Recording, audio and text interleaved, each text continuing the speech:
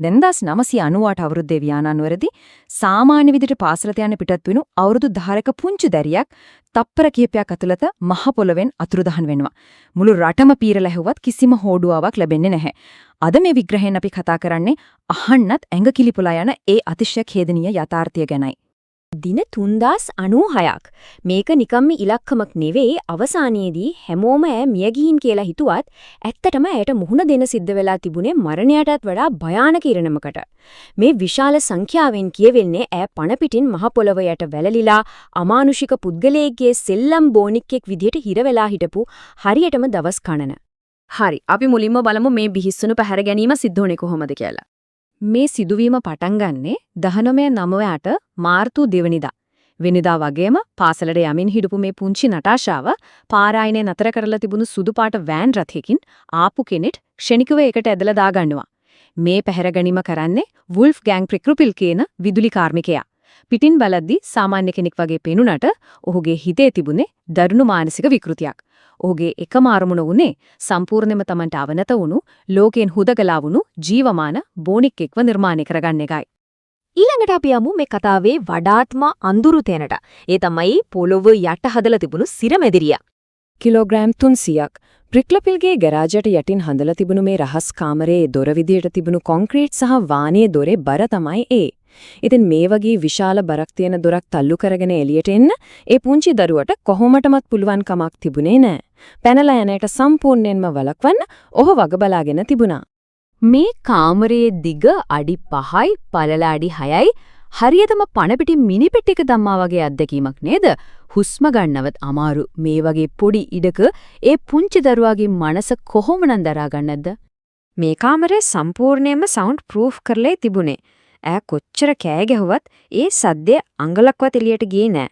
කිසිම ජනේලයක් හෝ ස්වාභාවික ආලෝකයක් තිබුණෙම නෑ. තිබුණේ පුංචි ඇඳක්, සිංක් එකක් සහ වැසිකිළියක් විතරයි. මුල් මාස 6 ඇතුළත ඇයට මේ කාමරෙන් එළියට එන්න කිසිම අවසරයක් ලැබුණේ නෑ. ඒ අඳුරේම හිටපු ඇයට ඔහු නිතරම කිව්වේ දැන් අම්මයි තාත්තයි ඔයාව අමතක කරලා ඉවරයි කියලයි. ඒක ඇගේ මුළු ලෝකෙම කඩා වැටෙන තරමේ දරුණු බොරුවක්. දැන් අපි බලමු කොහොමද මේ මානසික පාලනය එහෙමත් නැත්නම් මනස එක්ක කරන සෙල්ලම සිද්ධ වුනේ කියලා. මේක ඊටාම හොඳින් පැහැදිලි වෙනවා හු පාවිච්චි කරපු කැරට් සහ කෝටු ක්‍රමයෙන්. එක පැත්තකින් හොයාට දරුණු විවිධ පහර දුන්නා, කැම දුන්නේ නැහැ, බැන වැදුනා. මේක තමයි කෝටුව. අනිත් පැත්තෙන් ඔහුම යාට බෙහෙත් දැන්මා, කන්න දුන්නා, තෑගි සහ පොත්පත් අරන් දුන්නා. මේක තමයි කැරට් එක. මේ විදිහට ඔහුයාගේ මනස සම්පූර්ණයෙන්ම අවුල් කරලා, එයාව ලෝකෙල් වෙන් කරලා ඔහුම තමයි යැපෙන තත්ත්වයටපත් කළා. මේ අමුතු බැඳීම නිසා ගොඩක් අය හිතුවා නටාෂා ඇයව පැහැරගත්ත කෙනාට ආදරය කරන්න පටන් අරන් කියලා. මනෝවිද්‍යාවේදී මේ තත්ත්වය හඳුන්වන්නේ ස්ටොක්හෝම් සින්ඩ්‍රෝම් කියලයි. ඒ කියන්නේ ප්‍රාණ අපකරුවෙක් Tamanව හිර කරගෙන ඉන්න කෙනාට Tamanගේ ජීවිතේ බේරගැනීමේ උපක්‍රමයක් විදිහට අනුකම්පාවක් හෝ යම්කිසි බැඳීමක් ඇති කරගන්න එක. හැබැයි නටාෂා මේ ගැන පස්සේ කාලෙක ඊටාම පැහැදිලිව කිව්වා. ඇය කිව්වේ ඒක ආදරයක් නෙවෙයි. ඒක ජීවත් වෙන්න තිබුණ එකම මාර්ගය. ජීවිතය බේරගන්න මට ඔහුට යටත් වුණා වගේ රඟපාන්න සිද්ධ වුණා කියලයි. ඇය ඊටාම බුද්ධිමත්ව තීරණය කළා ඔහු එක ගැටෙනවට වඩා යටත් වුණා වගේ පෙන්නලා කොහොම හරි ජීවිතේ බේරගන්න. ඔහු ඇයව නිකන්ම හිර කරගෙන හිටියේ නෑ. ඇයට දිනපතාම ගෙදර වැඩ කරන්න, උයන්න, හොදන්න සිද්ධ වුණා. ඒ වගේම ඔහු ගෙනත් දෙන පොත්පත් කියවලා ඉගෙන ගන්නත් ඇයට බල කළා. ඔහුගේ විකෘති මනසට ඕන උනේ ඇයව ඔහුගේ මට්ටමට ගැලපෙන බුද්ධිමත් වහලියක් කරගන්නයි. පුංචිම වැරද්දක් කළත් දරුණු විදියට දඬුවම් කරන්න ඔහු දෙපාරක් හිතුවේ නෑ.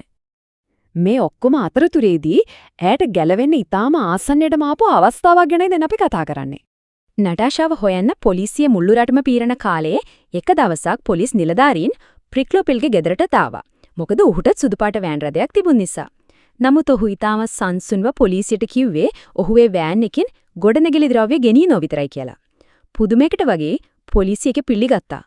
මේ වෙලාවේ වඩාත්ම ඛේදනීය දේ තමයි නටාෂා හිටියේ පොලිස් නිලධාරීන්ට අඩි ගාණක් පහලින් පොළව යට. ඒ පුංචි දරුවාගේ කෑ ගැසීම කිසිම කෙනෙක්ට ඇහුනේ නැහැ. එදා පොලිසිය පොඩ්ඩක් හරි සැක කරලා ඒ ගෑරාජ පරීක්ෂා කළා නම් ඇයව එදාම බේරගන්න තිබුණා. අපි මේ කතා කරන්නේ දවස් කීපයක සිදුවීමක් නෙවෙයි.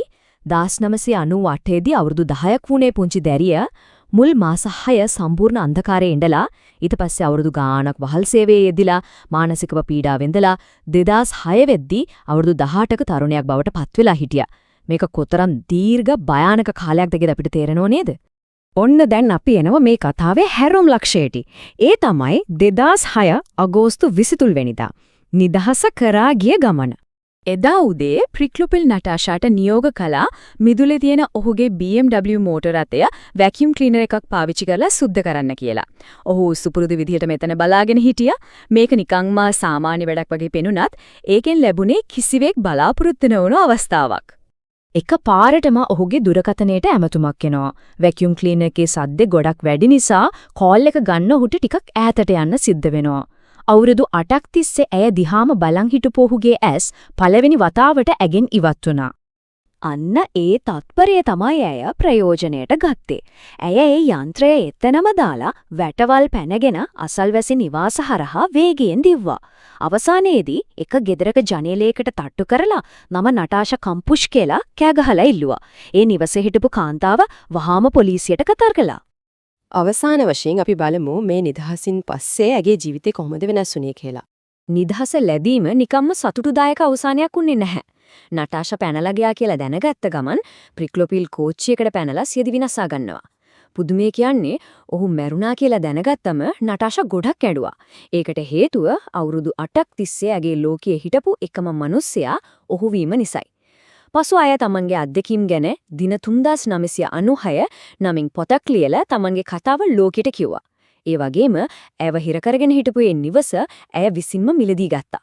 අද වෙද්දී අය සතුන්ට ආදරය කරන සමාජ සේවයේ යෙදෙන අතිශය ශක්තිමත් කාන්තාවක්. හිතා ගන්නවත් බැරි තරම් අඳුරු දින 3996ක් පුරා බලාපොරොත්තුවේ පුංචි එලියක් අල්ලාගෙන තමන්ගේ ජීවිතය ජය ගන්න යට පුරුවන් වුණා. ඉතින් මේ කතාවෙන් මනුෂ්‍ය ආත්මයේ තියෙන බින්ද දමන්න බැරි අසීමිත ශක්තිය ගැන අපිට කොච්චර දේවල් කියලා දෙනවද? ඒක ඇත්තටම අපේ ජීවිත ගැනත් ආයෙමත් හිතලා බලන ලොකු පෙළඹවීමක් ඇති කරනව නේද?